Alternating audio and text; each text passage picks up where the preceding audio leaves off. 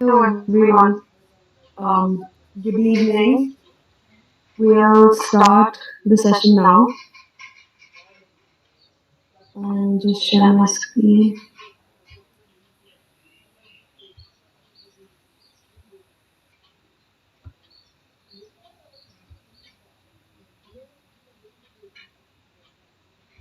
I hope my screen is visible to everyone.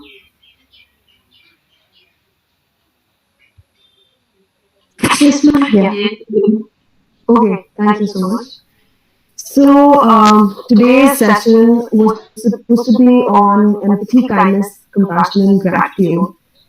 We were going to focus on these altruistic tendencies in particular, but given last session's feedback and just how I felt the classes were going, I tried to make this particular session slightly more practical in nature.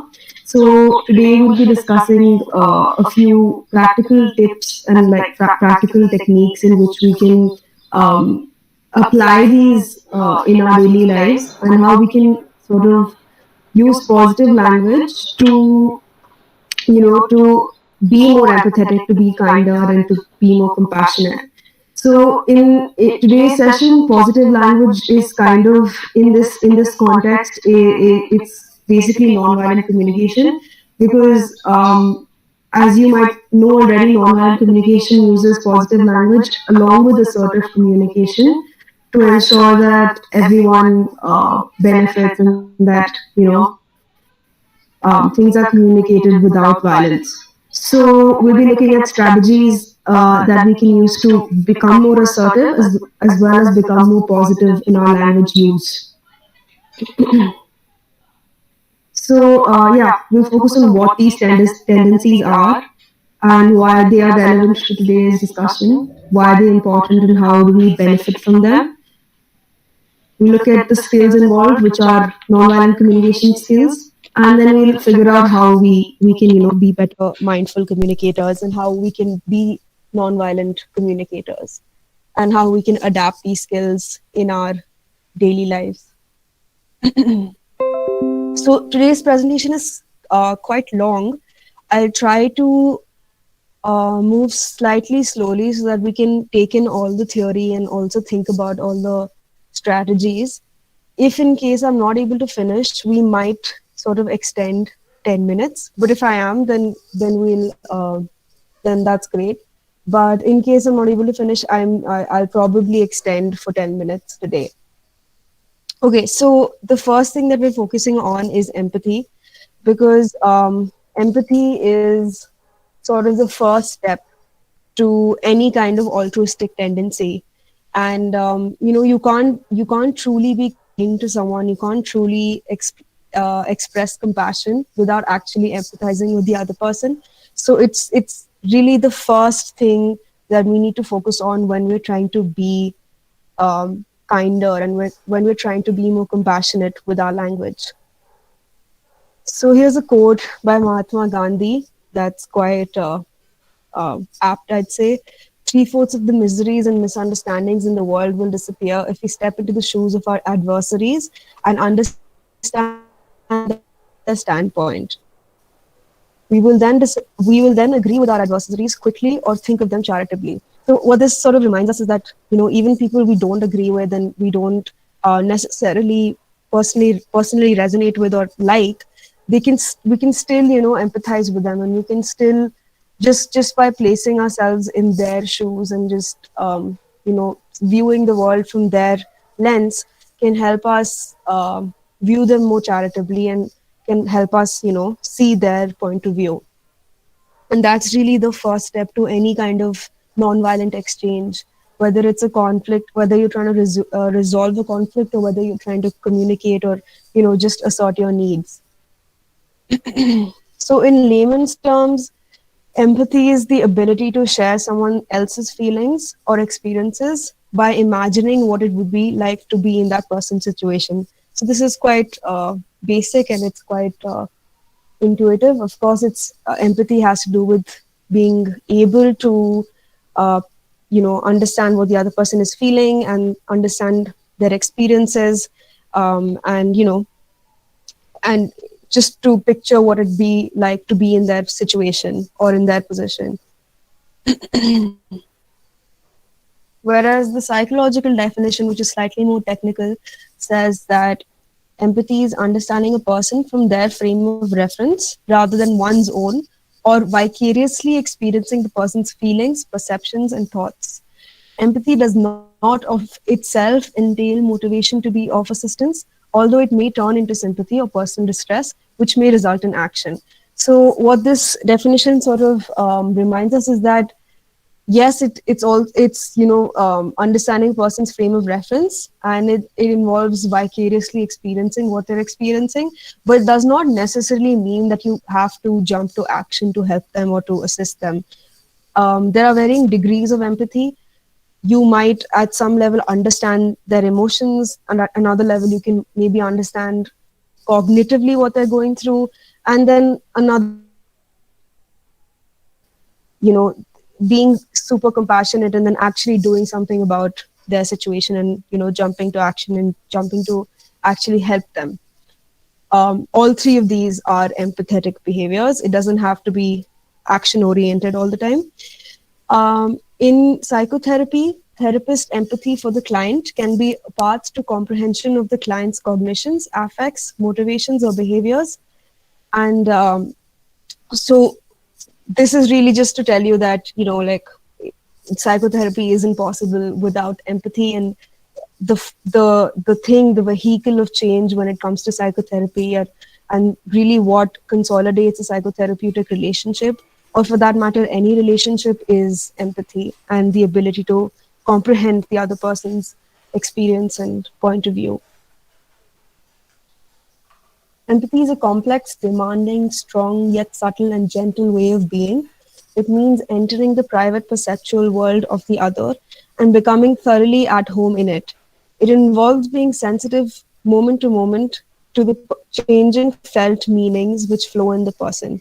So this is a very, very, very important sort of take on empathy given by Carl Rogers, who says that empathy is not just something that you can slip in and out of. It's a way of being. You can really embody it in all your experiences and all your exchange, and it's sort of what allows you to enter the private and perceptual world of the other person. So in when we're in therapy, it's kind of a privilege to be able to enter the private world of your client because you're given that permission. So very similarly, in any human exchange, when you're truly empathetic, you're given access into their private world, into their private thoughts, and it involves being sensitive moment to moment, um, or to the changing felt meanings. So you really flow with the other person. You really experience the world that they are experiencing moment to moment. So it's kind of, I think this definition or this sort of explanation is quite beautiful, and it really explains the phenomenon of empathy and how it plays out in different relationships. As Rogers points out, forming an empathetic connection with someone gives us access to their inner world. Empathy involves finding solace in shared experiences of all of humankind. It is completely different from sympathy, which involves pity. We'll, through the course of this presentation, we'll also look at why empathy and sympathy are completely different, and how one is, it's important for nonviolent communication in and forming relationships, while the other is quite detrimental to it. Why is empathy important? This is just a sort of rough summary, or you could say like a sort of a very concentrated, or like a just like a very basic sort of compilation of reasons why empathy is very important. So of course it's crucial for all human connections, personal relationships, work relationships, or in general. And it's also a basic human need. To be able to be understood is also a basic human need. It's fundamental to humanism. So to actually experience humanism, and to for humanism in general, it's fundamental, and it's definitely key for survival, because empathy has very clear survival it's quite clearly for our survival, because without forming empathetic relationships, we can't cooperate as a society, we can't form any relationships, and that can be detrimental to our self-preservation. So it has very evolutionarily, it has very specific a specific role to play. And then, of course, it's key to non-violence, because it allows you to connect with the needs of other people, it allows you to take their perspectives, and it's also a source of compassion.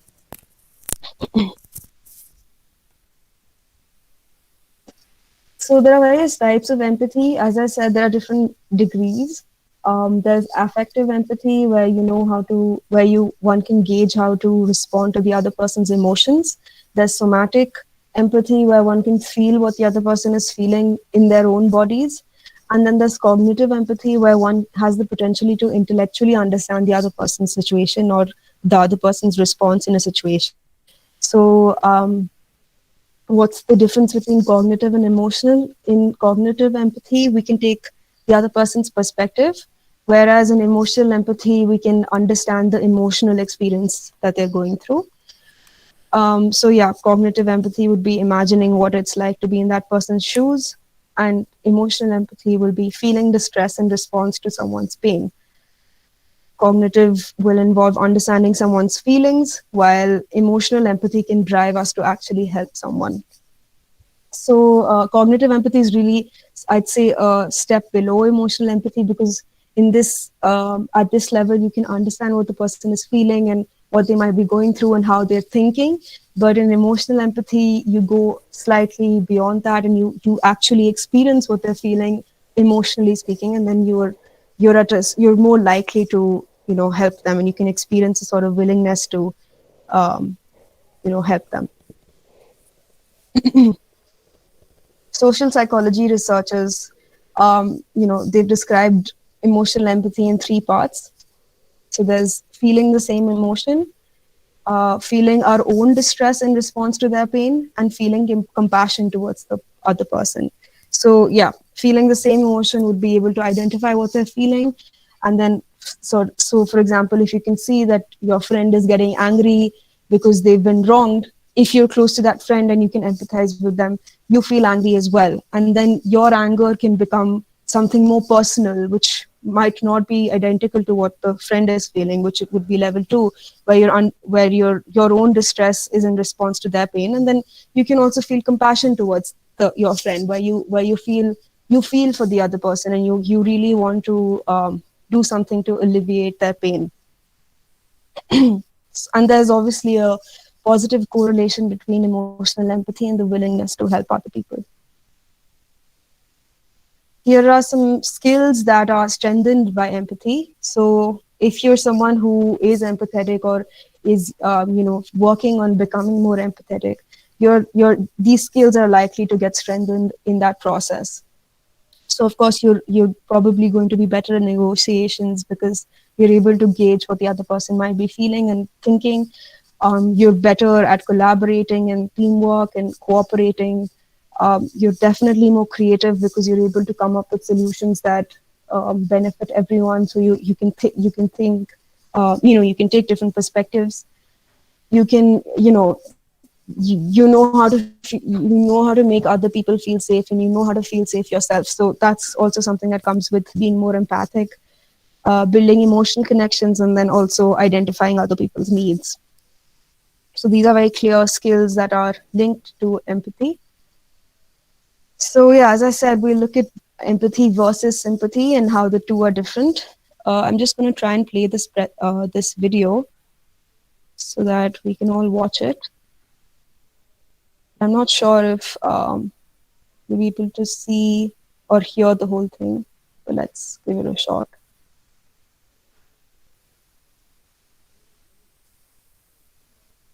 Is it audible?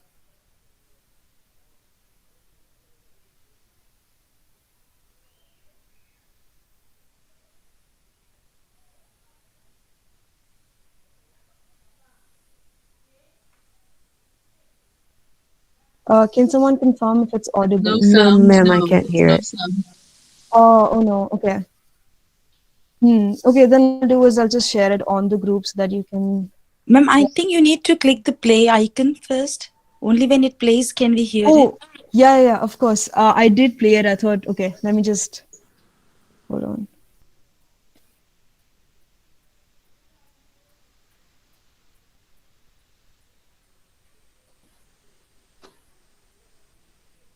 Is it audible? No, ma'am. Oh, okay, that's strange. Maybe if I can, maybe if I remove my earphones, you'll be able to hear it. Just give me a second.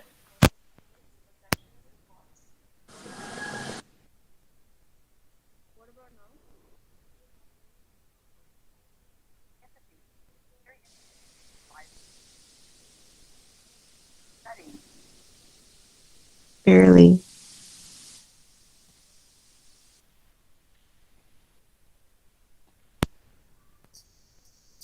Was it audible? I doubt it. Ye- Yes, it was audible, ma'am. Could you please Oh, restart it? oh, yeah, okay, brilliant. I'll restart it. Give me a second.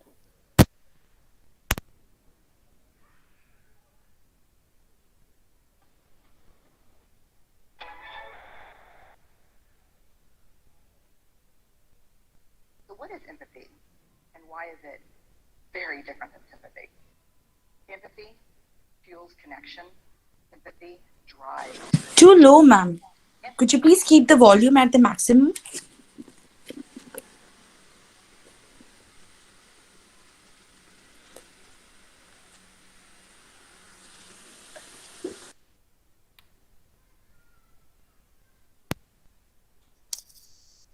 Hi, I think maybe it'll be hard to play it because my speakers are not working right now. What I'll do is I'll send you the video so you can watch it. It'll be Yeah, much better me that too. I way. think that would be best. Sorry, could you repeat that? I'm saying I think that would be best. Yeah, yeah, I agree. Okay, I'll send it on the group. Let's just go back to the presentation. So, what this video essentially tells us is that empathy is something that, oh, sorry, oh God. Hold on one second. Yeah. Empathy is something that, fuels connection, and sympathy will drive disconnection. And because when you're being sympathetic to someone, you're expressing pity. And when you express pity, what it does is that it further consolidates the fact that there's a disparity and that someone is in the ditch and you're at a better position. Whereas empathy kind of acknowledges that, we've all experienced negative experiences, and we can really feel for the other person. So I think that video does it quite well, so I don't want to attempt to um, butcher it. So I will send it and you can check it out. But let's look at some examples. So empathy involves feeling what someone else is feeling, while sympathy doesn't. And sympathy instead involves understanding someone else's emotions, but from your own perspective. So when you're not really taking the other person's perspective and you're just from your own perspective trying to guess what the other person is feeling, you won't really be able to express empathetically that you're concerned for them. A sympathetic person might be concerned and uh, might really care for this person, but it won't come across like that, and it'll further sort of consolidate the disconnection. So it's very important to look at our language and how we use language to express empathy, because sometimes we actually care for the other person, but we come across as sympathetic and very sort of like we're pitying them, which can make that person feel alienated and sort of worse about their situation. So it's quite important to look at the language that we're using. So, for example, if you look at these two statements, I'm really sorry. I'm so glad you told me. I'm here for you. This this really like is much more empathetic than someone who says, oh, that sounds bad, have you tried counseling? Because see, this the second person maybe does feel for this person, and they genuinely are curious to hear if they tried counseling, and they genuinely feel that counseling might help this person. But they're sort of giving unsolicited advice, and it's kind of presumptuous, and it doesn't express the fact that you really understand what the other person is feeling. So there's no need to offer advice unless it's specifically asked for. And that's something that's important, because an empathetic person will not necessarily jump to giving advice, or will not necessarily try to rescue the other person. They'll actually just listen to the other person and try to understand what they're feeling, and just in that moment be with the other person, so that that other person feels like they're heard. And that's what this statement does. It expresses that, you know, they understand that this person is going through something, and that they're there for them in whatever capacity they'd want. So let's look at how we can be more empathetic. Empathy has been found to have cathartic and healing powers. It allows us to build social connections, which is crucial for our well-being. But not everyone is naturally good at conveying empathy. Here are some ways in which we can strive to become better and more expressive empaths. So naturally, the first thing would be to improve your listening skills. If you're a good listener, if you're an active listener, you're more likely to truly understand what the other person is going through, and you're more likely to come across as someone who does. And that's extremely important for any conversation to move productively and to move to a very authentic place. If you come across as you're disinterested, or if you're just, you know, there to give advice, or you're just, you know, in that conversation very sort of like you're half-heartedly present in that conversation, then the other person is not going to trust you, and it's not going to go to a very compassionate place. So listening skills is definitely something that you need to focus on. We do have a specific class on listening skills where we will be getting into each listening skill and how we can be better listeners and how we can learn those skills. And that class will be extremely practical. It'll be less of sort of theory. It'll be mostly just reflecting on our own skills and learning how we can improve them. And so I let you know the date for that class so that you can be prepared. And I'd like it if people can keep their cameras on that day so that we can actually practice some of these skills. But I'll let you know in advance. The second thing is to be mindful of your verbal as well as your nonverbal behavior. This is quite basic. Of course, you need to make sure that you choose your words correctly, and the way in which you express those words are mindful, and that you need to make sure that your nonverbal behavior, which is your body language, your paralinguistics, are also sort of consonant with what you're saying, and they also express genuine concern.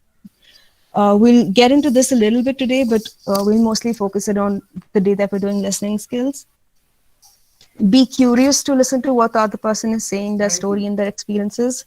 So, use open-ended questions. Really ask them what they're experiencing and how that experience was for them, instead of presuming based off of your own experiences.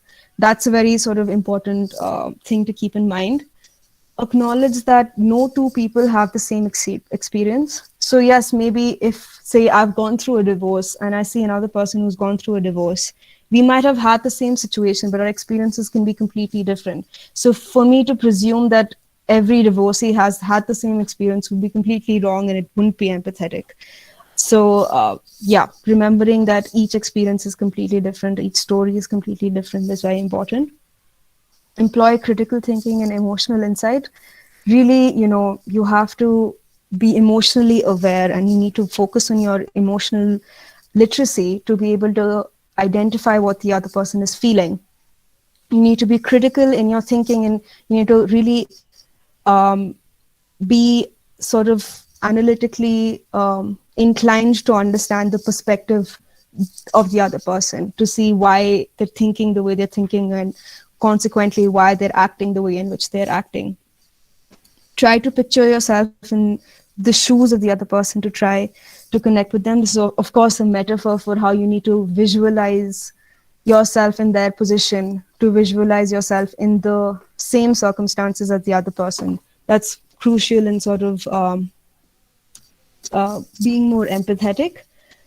And, just knowing that you can convey empathy to other people without actually completely agreeing with them all the time, even if it's someone who you strongly dislike or you just don't agree with most of the time. You can still empathize with them, and we're all in this human predicament, and we all experience pain, and therefore it's important to remember that even with those we don't necessarily see eye to eye. So yeah, just a summary of listening skills that we'll be looking at. Active listening involves attending, paraphrasing, reflection of meaning and feelings, using open-ended questions, and summarizing. These are some of the skills we'll be practicing in that next session. And active listening is only possible via a primary level of empathy. So without empathy, you can't really be an active listener, and without being an active listener, you can't really, be come across as empathetic. So both of them sort of drive each other. Attending is really how you come across during a conversation, how you're seated, how you're looking at the other person, how attentive you seem. Paraphrasing is the skill of sort of not repeating, but just using your own words to repeat what has been said, so that you come across as you're actually listening. Reflection is when you reflect what the other person is saying by sort of identifying what they mean, and identifying what they might be feeling. Open-ended questions are very important because that sort of allows you to gather more information, and instead of using a close-ended question where there are limited set of answers, open-ended questions allows the other person to give their subjective experience. Summarizing is the sort of skill of just going through everything that you've talked about, perhaps at the end of the conversation, which can also make the other person feel heard. And of course, attending involves verbal and non-verbal communication. When you're listening to someone, when you're in a conversation, you need to focus on body posture, breathing changes, eye movements, facial expression, hand movements, hesitancies, inflections, mumbled words, stressed words. These are just some examples of things that you need to focus on in the other person as well as in yourself, to see how the exchange takes place. So this was kind of a rough summary of empathy and the scale of empathy. And now we'll look at some of the other altruistic tendencies that are closely linked to nonviolent communication and that sort of follow from empathy. Compassion is a sense of concern that arises when we are confronted with another person's suffering and when we feel motivated to see that suffering relieved. Compassion is what connects the feeling of empathy to acts of kindness, generosity, and other expressions of altruistic tendencies. So compassion actually it follows from empathy. It's a step above empathy because it involves a deeper understanding of the other person's suffering, and it also involves the intention and the sort of the want for that suffering to be relieved.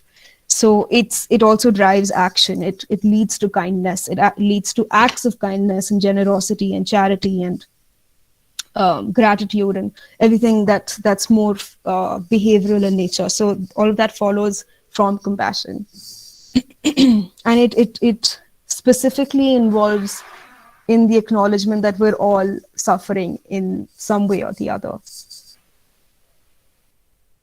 So this is a rough sort of model that explains how it goes. Empathy leads to compassion, which leads to different altruistic tendencies. It's really the source.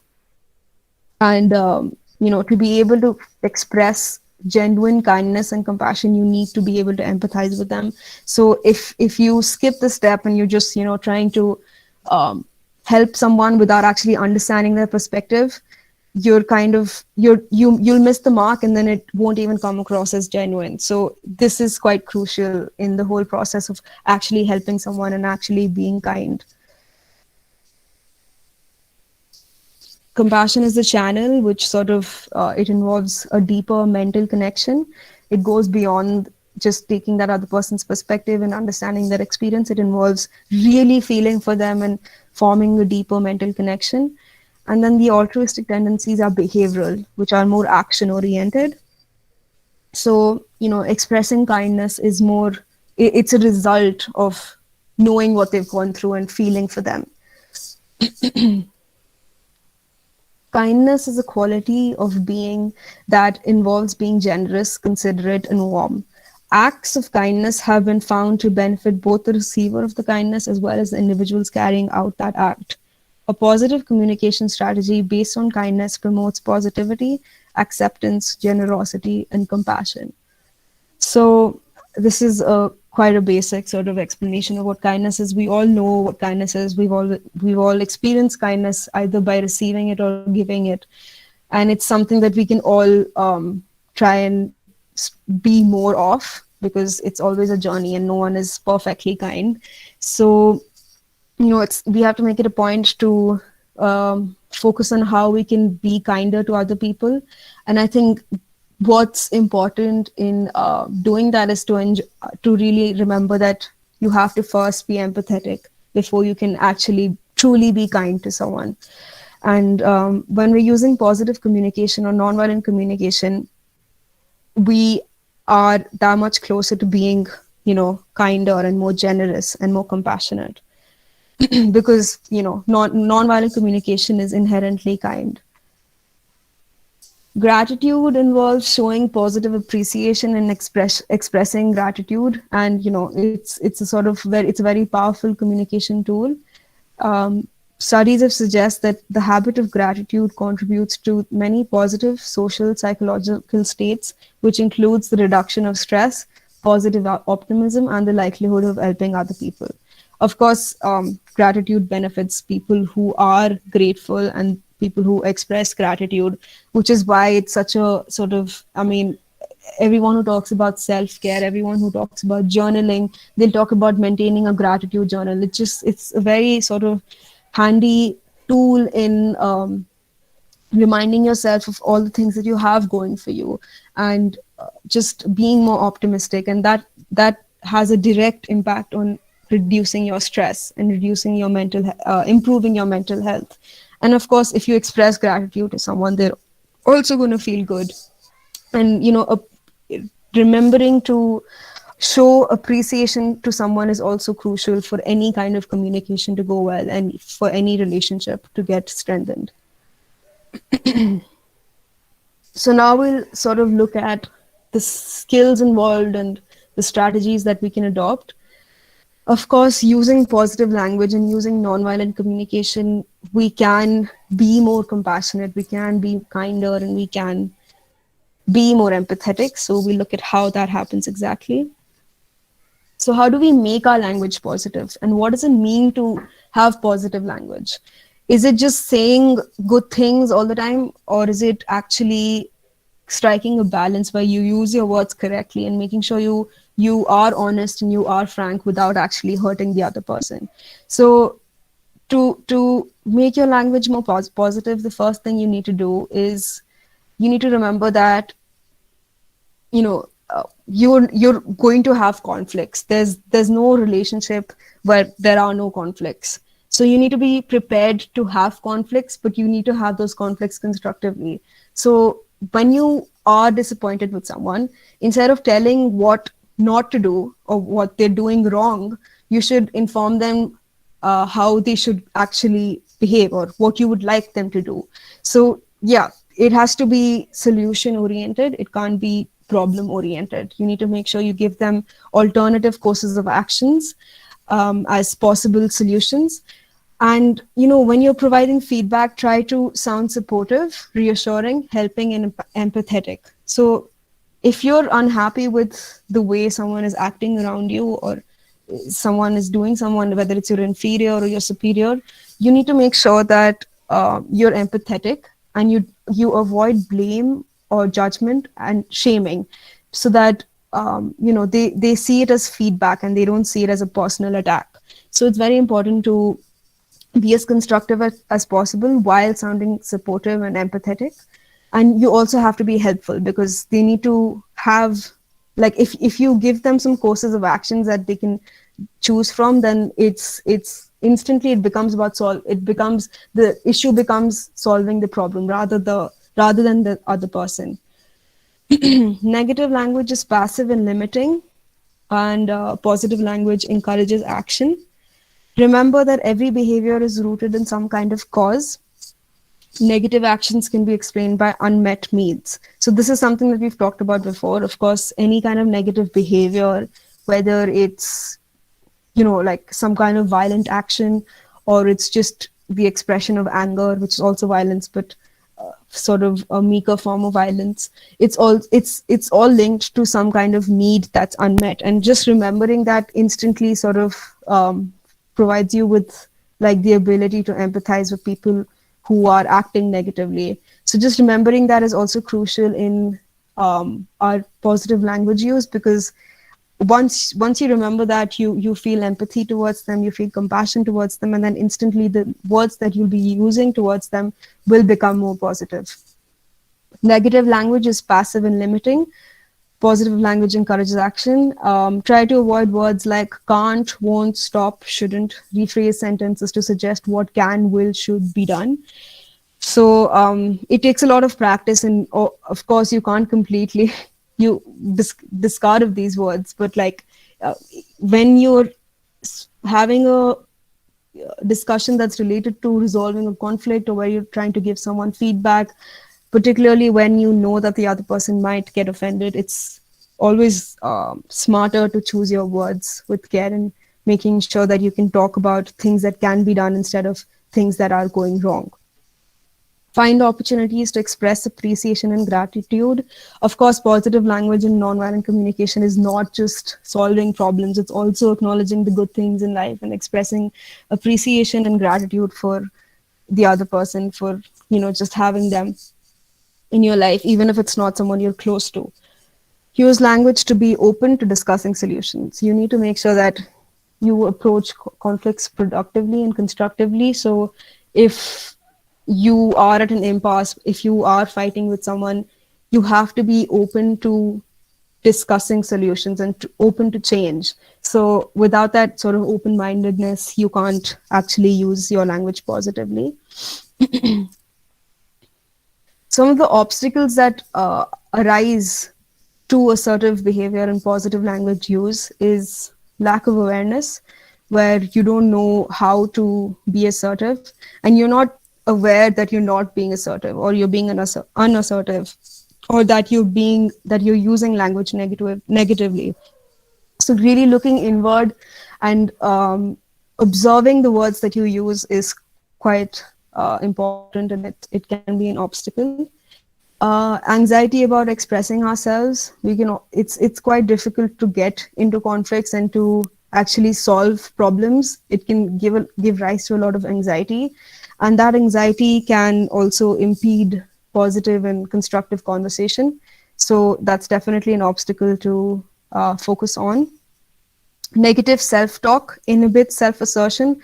So if you're talking to ourselves negatively, if you're not kind to ourselves, then we're not going to assert our own needs, and our self-assertion will always be sort of it won't be a priority for us if we view ourselves negatively, and if we don't see ourselves as worthy of better.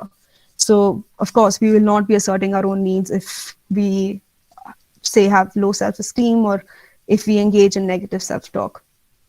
Verbal poverty, a difficulty in finding the right words, is of course another obstacle. Not knowing what to say, being self-conscious and being hesitant, they're obstacles to assertiveness and positive language use. And then of course behavioral poverty, where a non-assertive, non-verbal manner hinders all expression. So if you've chosen your words correctly, but your behavior doesn't match your words, or your non-verbal behavior and the way you're speaking to the other person doesn't match your words, then of course it comes across as unassertive, and it can come across as negative. So if you fold your arms, or if you're not making eye contact with the other person, then it sort of takes away from the quality of your language use. So here are some strategies to cope with these hurdles. Focus on self-awareness. That's quite natural. We've talked about self-awareness and how we can improve our self-awareness in our session before, where we focused on self. Use positive language in every kind of communication, particularly for self-talk. So the first step is to focus on the self and how you speak to yourself and what kind of inner dialogue you engage in. So make sure your language is positive even at that level.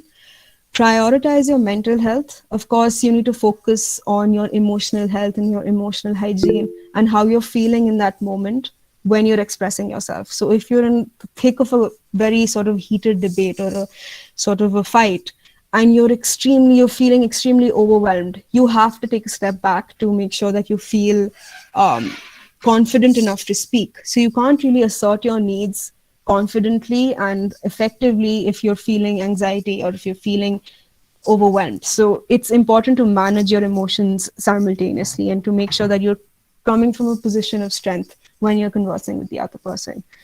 And of course, you have to learn how to communicate. You have to focus on the communication itself.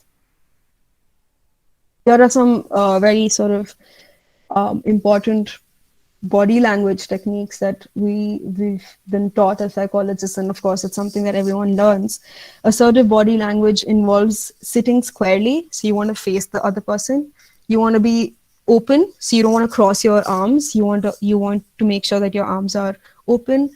You want to lean forward so that they know that you're engaged in that conversation. You don't want to sit very casually. You have to maintain eye contact so that you appear to be confident and that it comes across as you're actually engaged in that conversation and you're not distracted by anything else. And of course, your posture has to be relaxed. If you look too tight and if you look too constrictive, then it sort of sends the wrong message. These are sort of subliminal ways of showing that you're confident and showing that you're interested in the conversation.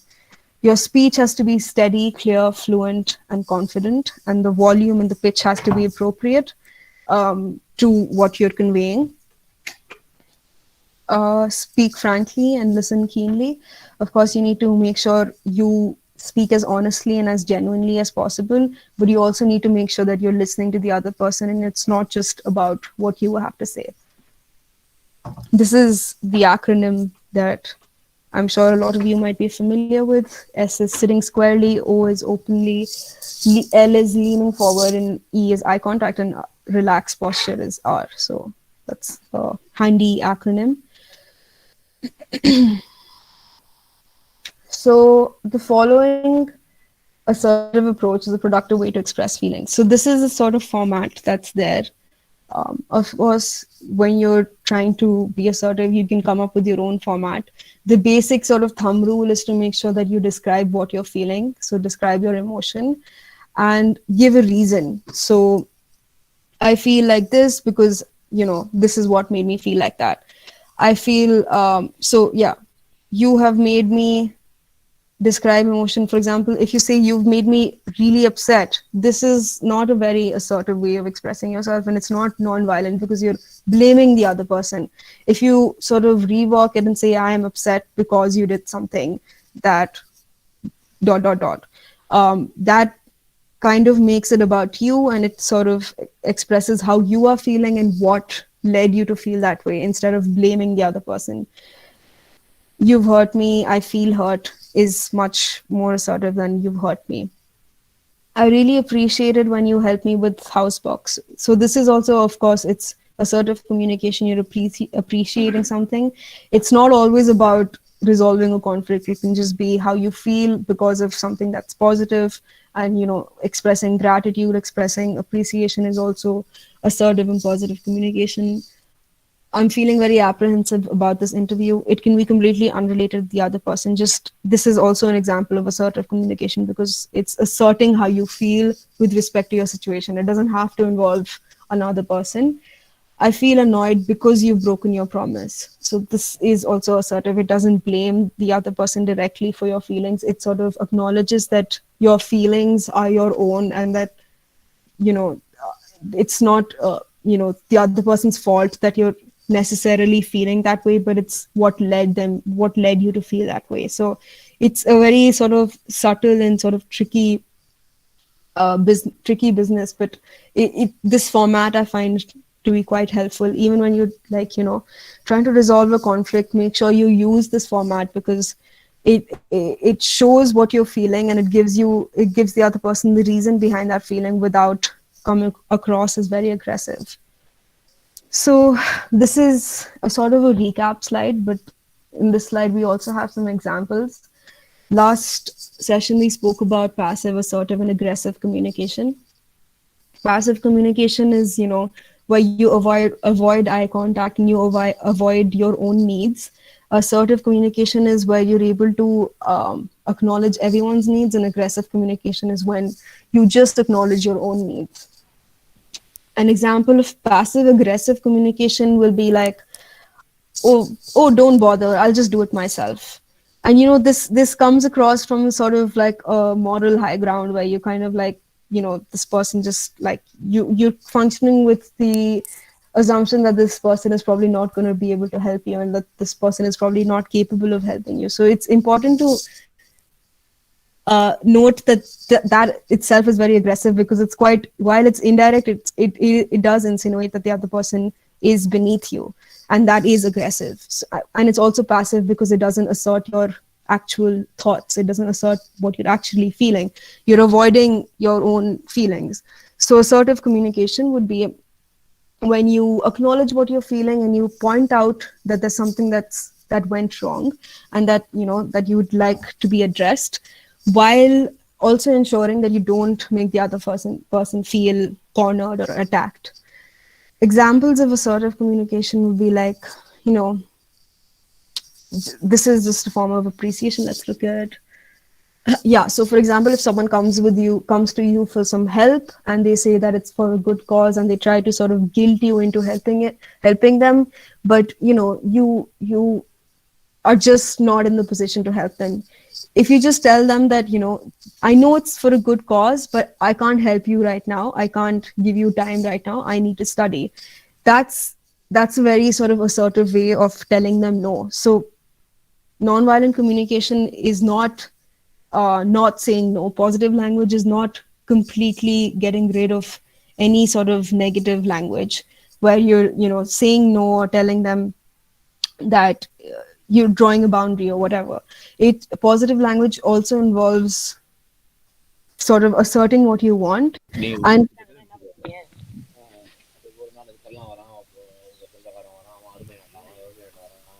being able to. Could you just mute yourself, please? Could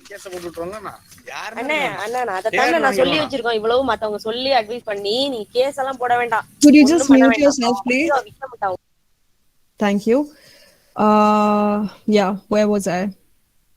Yeah, essentially I was saying that positive language and assertive communication does not mean that you can't say no. It comes down to how you're saying no, and you giving a reason and just drawing a boundary is always allowed. So here is a sort of interesting example. It shows you how the same information can be conveyed in different ways. Passive would be, the smoke really bothers me, so I'll just go outside when you smoke. That's kind of, you're denying your own right to be inside when the other person is smoking. Assertive would be, although you may smoke outside in the courtyard, smoking is not permitted indoors. So it sort of highlights that, it's a risk to other people, and that they can. It gives you a solution. It tells you that you could smoke outside, and then it also like tells the other person that it's not something that you prefer. And then aggressive would be, how can you be so disgusting and insensitive and smoking in here? Get out of here. So just like just attacking them and making them feel worse. So yeah, I think that nicely sort of explains how communication can be of the different styles. Okay, so yeah, that's today's session. Do we have any questions or clarifications?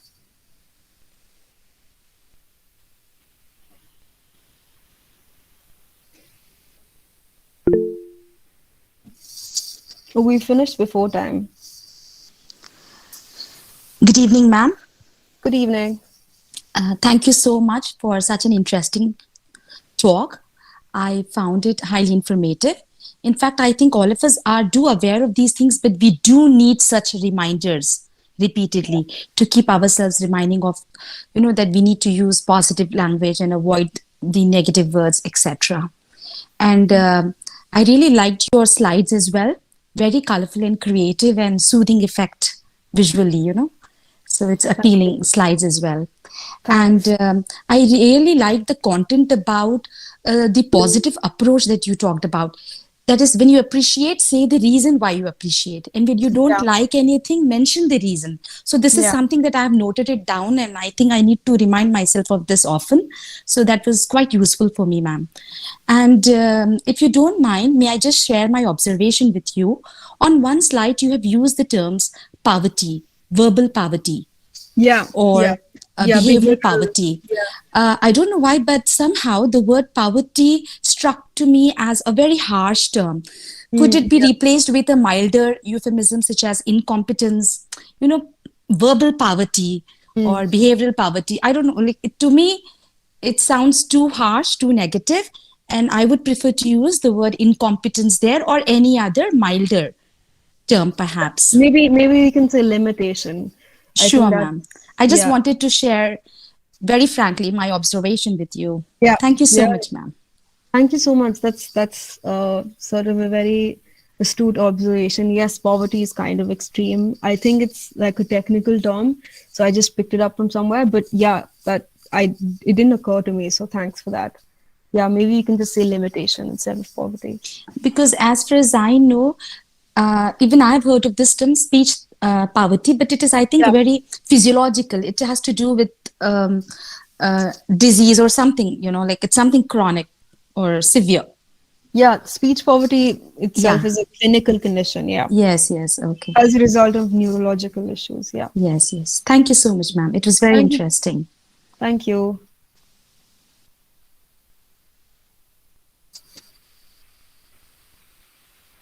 Is that- Hi, Hello? can I ask a question? Hello? Can I Yeah. ask a question? Hello? Yeah, yeah.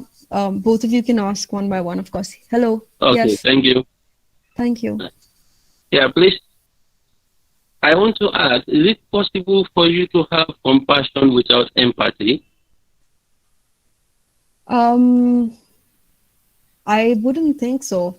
Do you have a specific example in mind? I don't think it's possible to be compassionate without having empathy. I would say that if you feel compassion for someone without actually empathizing with them, then at some level that compassion is not genuine and it's not as solid as it can be.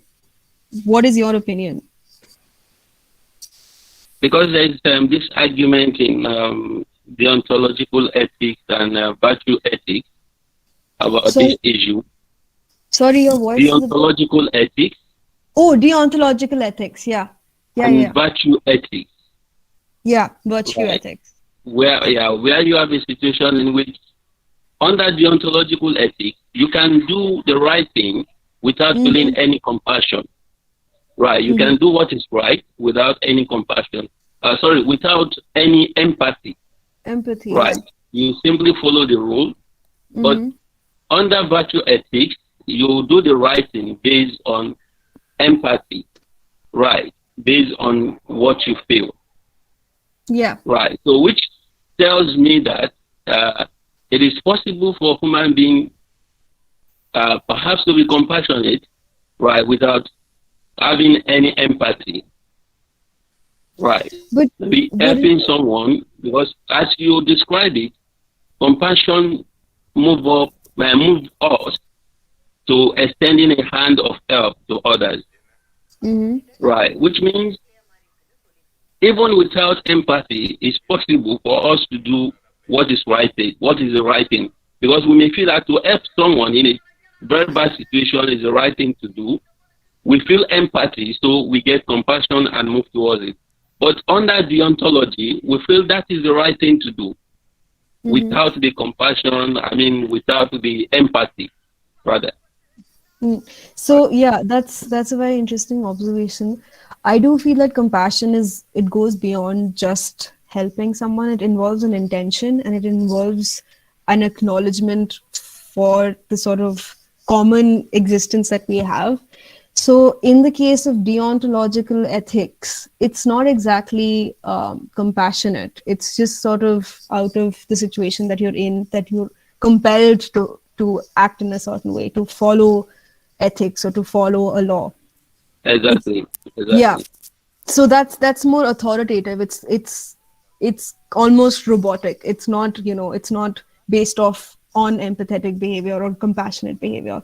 Whereas virtue ethics does have a level of emotional understanding, so it's probably more empathetic and compassionate. So I still don't feel that compassion can exist without empathy. Okay. Thank you. Thank you. Okay, I want to ask a question. Yeah. So, if, for example, you are presented with a case of someone Mm-hmm. who there's an incoming call here, of someone who wants you to assist them in their case, right? And now this person has gone through trauma. Hello, can you hear me? Yeah, I can hear you. Okay. Um, and now, in them telling you their experience, the case that they've gone through, because they have gone through trauma, in sharing this story, it becomes a long story that you kind of, as a person that is now supposed to listen, so that you can then strategize what kind of response that this, or interventions that need to be taken to address, the case. You Mm-hmm. lose the focus because the person is now going on and on and on. There's no full stop. There's no. Now, how then do you deal with that in an empathetic way, Mm-hmm. with that, and without being sympathetic, and Mm-hmm. because at the same time you have to have compassion, right, of what, okay, this whole situation that you've gone through, and yet at the same time I'm trying to now find the issues in this, in relating all the story that this person is telling, but because you Yeah. don't want to now cut them whilst they are talking, and what, which Yeah. will then sound like you are not empathetic and all of that. So how do you address those kinds of things? What would be the best, solution, kind of? Mm-hmm. Yeah, so that's also a very interesting question. I think that, of course, like no one is perfectly empathetic and perfectly a good listener. There are times when you sort of get distracted involuntarily even. Mm. So it's okay to acknowledge that you did. So just telling them that you're distracted or that you missed something that they said is fine. Of course, maybe they might not take it in the best way given their situation or given that the state of mind that they're in, but that's the next best thing that you can do, is just to be honest and just say genuinely that you're here for them, but then maybe you're distracted or there's something else in your mind.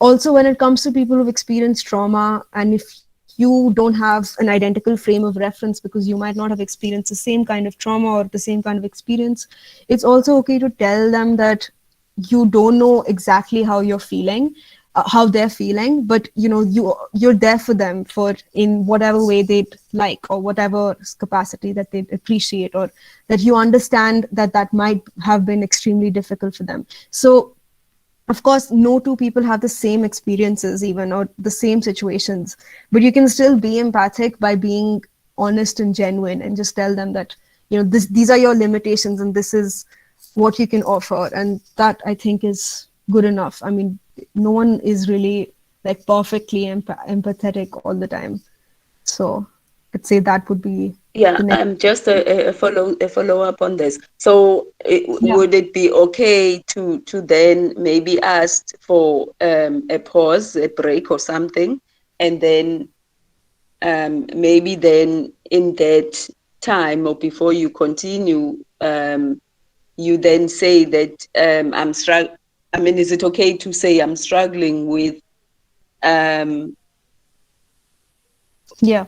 with getting clarity on the issues in this scenario, and maybe can we, when we go back, maybe kind of direct it and say, kind of direct it, so that then at the end of the day you are able to then say, okay, in, let's say you are taking notes, right, of the important points, you are able to say these are the things that came out. Because if someone is going on and on and on, it's not that you are not concentrating or you have something else in your mind.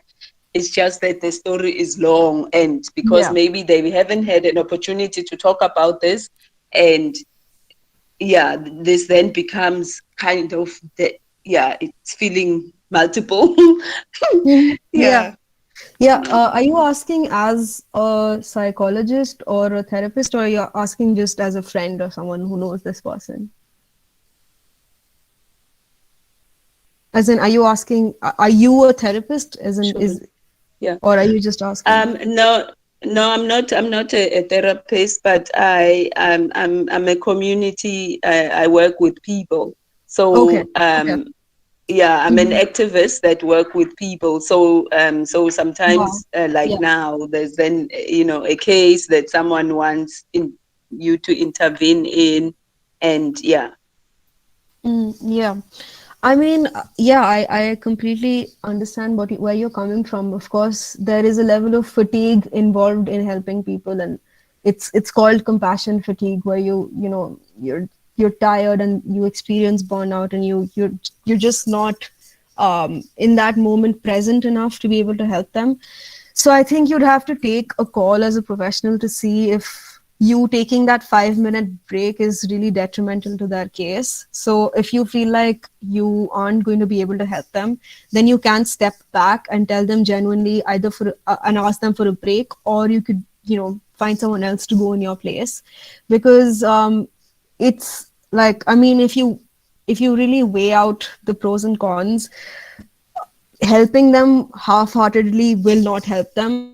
So it's completely okay to step back, I'd say. But if you think in that moment there aren't any other alternatives, maybe just tell them to go slower, or you'll have to take a call professionally, I'd say. It really depends on how emotionally overwhelmed the other person is. Having said that, if you yourself are very emotionally overwhelmed, then I'd say you should probably take a break to sort of recuperate. Yeah. Okay, thank you. Thank you. Thanks for that question.